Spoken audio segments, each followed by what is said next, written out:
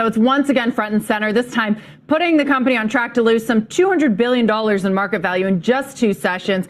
2 issues are emerging here. I'll break it down for you. One, that report that China is restricting the use of iPhones at central government agencies. Tim Cook, of course, has been on this mission to diversify its supply chain to India in particular, but the company still currently relies on 19% of total revenue from China. The fear is that the ban on the government side could expand to state-owned enterprises, and that could put a real dent in sales because some of China's biggest companies are state-owned.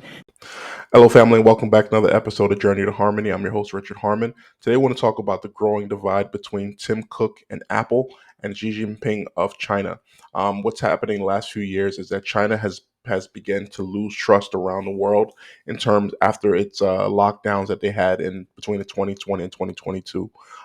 Many companies are looking for ways on how they can get out of China, and they're a bit afraid just about losing a lot of their investment over there. Many investors are looking to flee to move maybe to India or other surrounding nations for cheaper labor.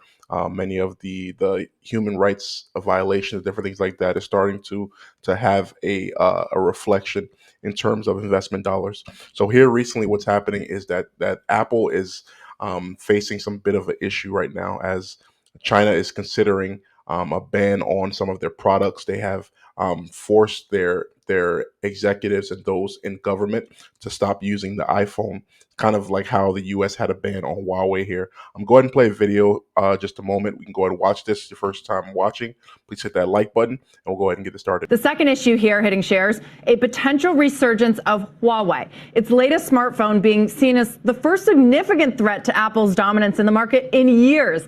Huawei, you might remember, it is the giant Chinese national telco equipment company that has been at the center of Beijing-Washington tensions a number of times over the years. The latest, the U.S. export ban, it essentially decimated Huawei's smartphone business by restricting its access to Google's Android, the operating system which its phones use.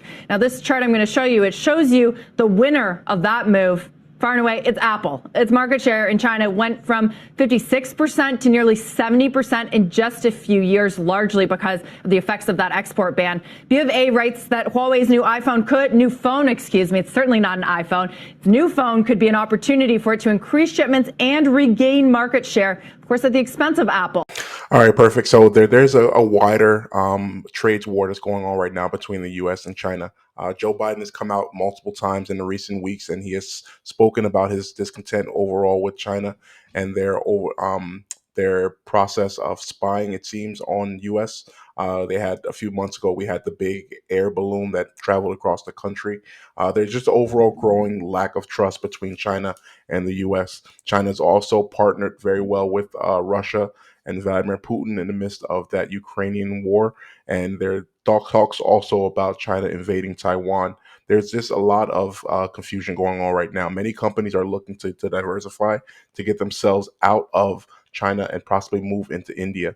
India is also aware of this, and they're possibly positioning themselves in a way that will be beneficial to the country and also have leverage rather than coming out as a net loser overall in this process. There's a whole lot that is going on right now, and as a result, many companies are just waiting to see exactly how this plays out. Apple, being one of the largest companies in the world, is a shot and a direct statement to other countries around the globe. If we're able to do this to Apple, we're able to do this to anyone. So for those who are invested, those who have made that decision overall to move into that market, they're definitely looking for ways on how they can get out. What are your thoughts on this? Please comment below. Like, share, and subscribe. Thank you so much for joining. Have a good day.